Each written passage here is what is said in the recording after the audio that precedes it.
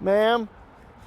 Ma'am. What would you do to save someone you love? He has been here for several years. Steve Ellis flew 2,000 miles from Illinois to Tacoma. Would you look at this? It's my son. To find his son. He's still here. I know he is. Jason Ellis, a former Marine, moved here to work construction. But his father says PTSD and an injury put him on the street. It's been 3 years now since I've talked to him. So I decided to come back out here again. I don't know what's going on with him right now. That's why I have to find him, have to find out. So he's here, wandering shelter to shelter, searching. I'm just trying to find him, take him home and take care of him. Outside Nativity House, a possible breakthrough. Absolutely recognize him, I swear to gosh. This man says he's seen Jason at the city-sanctioned encampment. Do you know this guy? Please? So we went there with Steve. He's my son. I'm looking for him. I haven't seen him in a couple of years. Then another lead. Do you know where he is? This man tells us Jason is staying there. Could you go knock on his door, please? He does, but no one's home.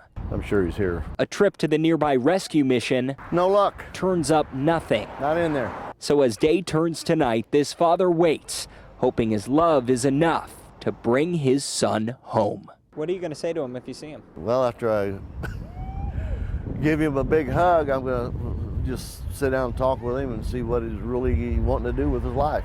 In Tacoma, Gabe Cohen, KOMO News.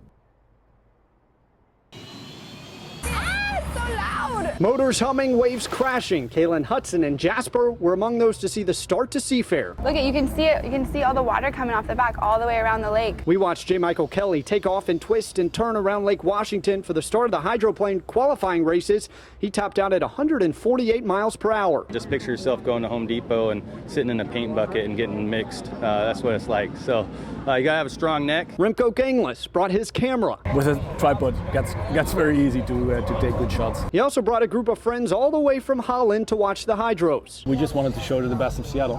So we actually said, yeah, you have to be here. Deliberately, we're here for this weekend. More than 200,000 spectators will crowd along Lake Washington this weekend for the 70th anniversary of Seafair. Some come for the sights on the water, others prefer the scene in the sky. We watched the Golden Knights, the U.S. Army's parachute team, make a stunning entrance at Genesee Park. A grand landing in a weekend that's just taking off. It's like quintessential Seattle summers. It's like this. It just is such a fun time for everyone. Something everyone looks forward to in the summer.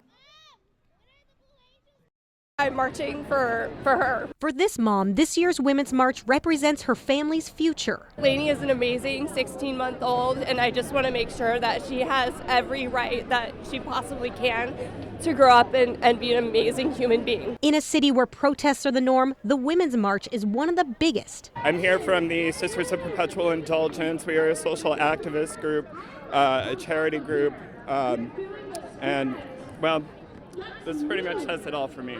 Mayor Jenny Jerkins says the annual march has become an important event for her. It's really important for us to come together as a community to show that we demand to have a better society, a better world for all. The march kicked off at Cal Anderson Park, led by Indigenous drummers, and headed into downtown.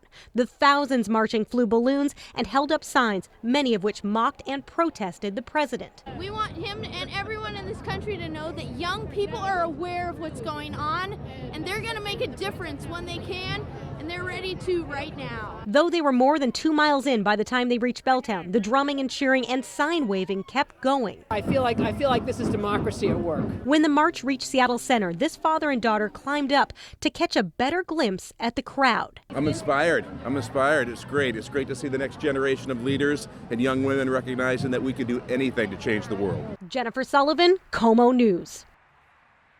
Dozens of workers walked up and down these streets today, spreading their message that it's time to start getting paid and stop the government shutdown. Stop the shutdown! When we're not getting paid for the risky job that we do, stop it when? We can't stay silent. Angela Tucker is one of the organizers of Saturday's rally, mostly comprised of employees from the Federal Detention Center and SeaTac and Air Traffic Control. We understand that, the wall is important and everything, but, the families are too. What do we want? These united voices want to spread their message, not just to the government, but also to their fellow community members who may not fully understand the impact this is having on them. I don't think people understand or really realize that we're in your community. We're right here and we're suffering. We're at the point where we're trying to support our fellow employees and coming together as co-workers to say, hey, here's $5, here's $10, enough for you to put gas in your car for you to be able to come into work, because if not, we're stuck working double shifts. Our pay today. On Friday, the House approved back pay for federal employees currently going without a paycheck. But that doesn't go into effect until after the government shutdown ends. That promise of payment brings little comfort for those forced to go without until political parties can come into agreement. We don't know what's going on going forward. We have no idea when it's going to end, if it's going to end. But in the meantime, these workers show up and do their jobs while waiting for the government to do the same. Professionalism comes first. We know we'll get paid, it's going to be retroactive, but we have a job to do. We also spoke with U.S. Representative Derek Kilmer, who was here today, and he said he's working on legislation to help employees avoid things like eviction in case they can't pay their mortgage during this time. He hopes to have something for them in the coming weeks. Reporting at SeaTac, Perella Lewis, KOMO 4 News.